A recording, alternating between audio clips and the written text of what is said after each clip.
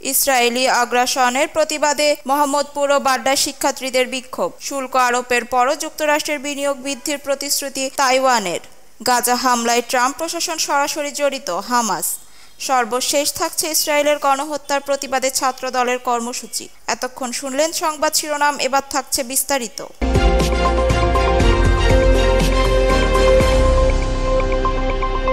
Israeli আগ্রাসনের প্রতিবাদে মোহাম্মদপুর ও বাড্ডায় শিক্ষার্থীদের বিক্ষোভ।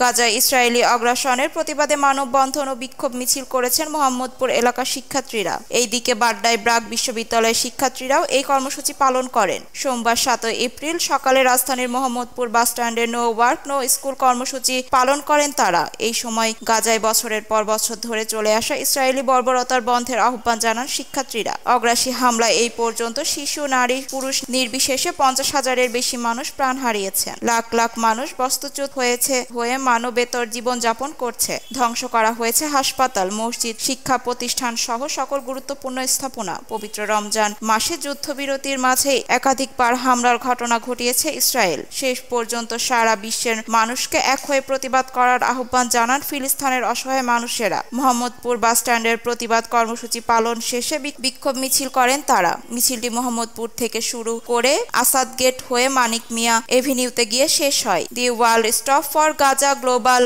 স্ট্রাইকের এ ডাকে সাড়া দিয়ে আজ সারা দেশে নানা কর্মসূচি পালন করেছেন শিক্ষার্থী সহ বিভিন্ন শ্রেণী পেশার মানুষ। ৬ এপ্রিল গাজায় ইসরায়েলি হামলার প্রতিবাদে সোমবার ৭ এপ্রিল বিশ্বব্যাপী সাধারণ ধর্মঘটের ঘোষণা দেয় ফিলিস্তিনি ন্যাশনাল এবং ইসলামিক ফোর্সের গ্রুপ। এটি হলো দ্বিতীয় ইন্তিফাদার সূত্রপাতের পরপরই ইয়াসির আরাফাতের অনুমোদনে এবং মারওয়ান বরগুতির নেতৃত্বে গঠিত একটি জোট। ফিলিস্তিনি বার্তা সংস্থা ওয়াফার বরাত দিয়ে এই খবর দিয়েছে আল জাজিরা।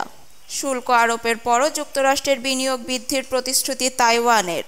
সম্প্রতি পারস্পরিক শুল্ক আরোপের ঘোষণা দিয়েছে যুক্তরাষ্ট্রের প্রেসিডেন্ট ডোনাল্ড ট্রাম্প। এতে করে যেসব দেশে যুক্তরাষ্ট্রের পণ্য শুল্ক আরোপ করে ওই সব দেশের উপর পাল্টা শুল্ক আরোপ করা হবে। তাইওয়ানও এর ব্যতিক্রম নয়। তবে শুল্কের কবলে পড়লেও যুক্তরাষ্ট্রের আরও বিনিয়োগের প্রতিশ্রুতি দিয়েছে তাইওয়ান। সোমবার ৭ এপ্রিল এক প্রতিবেদন সংবাদ মাধ্যম জাপান টাইমস এই তথ্য জানান। প্রতিবেদনে বলা হয়, ট্রাম্প প্রশাসনের পক্ষ থেকে দেশটির উপর ৩২% শুল্ক আরোপের ঘোষণা দেওয়া হয়েছে। যদিও সেমিকন্ডাক্টরের মতো গুরুত্বপূর্ণ পণ্যগুলোকেও শুল্ক থেকে অব্যাহতি দেওয়া হয়েছে। তবে ট্রাম্পের শুল্ক নীতির সম্মুখীন হওয়া সত্ত্বেও যুক্তরাষ্ট্রের বিনিয়োগ আরও বৃদ্ধি করার ইচ্ছা পোষণ করেছে তাইওয়ান। স্থানীয় সময় রোববার ৬ এপ্রিল তাইওয়ানের প্রেসিডেন্ট লাই চিং বলেন, যুক্তরাষ্ট্রের উপর পাল্টা শুল্ক আরোপ করবেন না তাইওয়ান, উল্টো দেশটির কোম্পানিগুলোকে যুক্তরাষ্ট্রের বিনিয়োগ বৃদ্ধি করবে। উল্লেখ্য, বিশ্বের শীর্ষ প্রতিশ্রুতিকারী প্রতিষ্ঠান তাইওয়ানের সেমিকন্ডাক্টর ম্যানুফ্যাকচারিং কোম্পানি লাই চিং বলেন, সম্প্রতি ওই কোম্পানি যুক্তরাষ্ট্রের $100 বিলিয়ন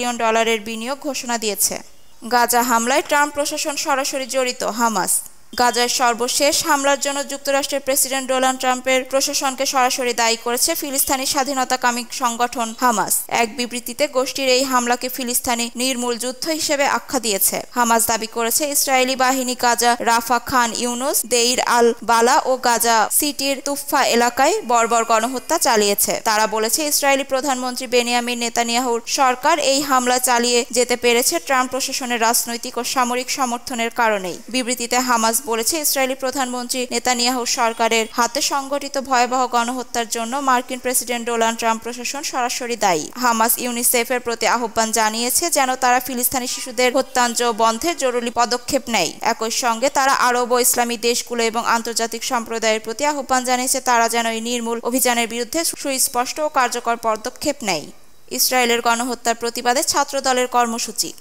গাজা ও রাফা ইসরায়েলের বর্বরোচিত গণহত্যার প্রতিবাদে মঙ্গলবার ৮ এপ্রিল সারা দেশের সকল শিক্ষা প্রতিষ্ঠান প্রতিবাদ কর্মসূচি ঘোষণা করেছেন জাতীয়বাদ ছাত্রদল। রোববার সংগঠনের এক সংবাদ বিজ্ঞপ্তিতে এই কর্মসূচি ঘোষণা করেন ছাত্রদলের সভাপতি রাকিবুল ইসলাম রাকিব ও সাধারণ সম্পাদক নাসির উদ্দিন নাসির। কর্মসূচিতে মঙ্গলবার সকাল 10:30টায় দেশের সকল শিক্ষা প্রতিষ্ঠানের সামনে কালো কাপড় বেঁধে অবস্থান এবং দুপুর 12টার প্রতি শহরের সবগুলো প্রতিষ্ঠানের শিক্ষা প্রতিষ্ঠান থেকে মিছিল সহকারে শহরের বিক্ষোভ সমাবেশ হবে। ছাত্রদল সভাপতি ও সাধারণ সম্পাদক বিবৃতিতে গাজা ইসরায়েলি আগ্রাসনের তীব্র প্রতিবাদ জানিয়ে বলেন, এমন ভয়ঙ্কর বর্বরতার নিন্দা ভাষায় প্রকাশ করা সম্ভব নয়। ইসরায়েলের বর্বরতা সত্ত্বেও বিশ্ববাসীর নির্লিপ্ত আচরণ ততোধিক অমানবিক। ছাত্রদল গাজা ও রাফায় বর্বরচিত গণহত্যার তীব্র নিন্দা ও প্রতিবাদ জানাচ্ছে। একই সাথে শহীদ ও যুদ্ধরত ফিলিস্তিনের প্রতি সহমর্মিতা প্রকাশ করে সোমবার বিশ্বব্যাপী দি ওয়াল স্টপ ফর গাজা কর্মসূচির প্রতি সংহতি প্রকাশের কথা জানান তারা। ভিডিওটি ভালো লাগলে লাইক, কমেন্ট এন্ড শেয়ার দিয়ে আমাদের পাশে থাকবেন। ধন্যবাদ।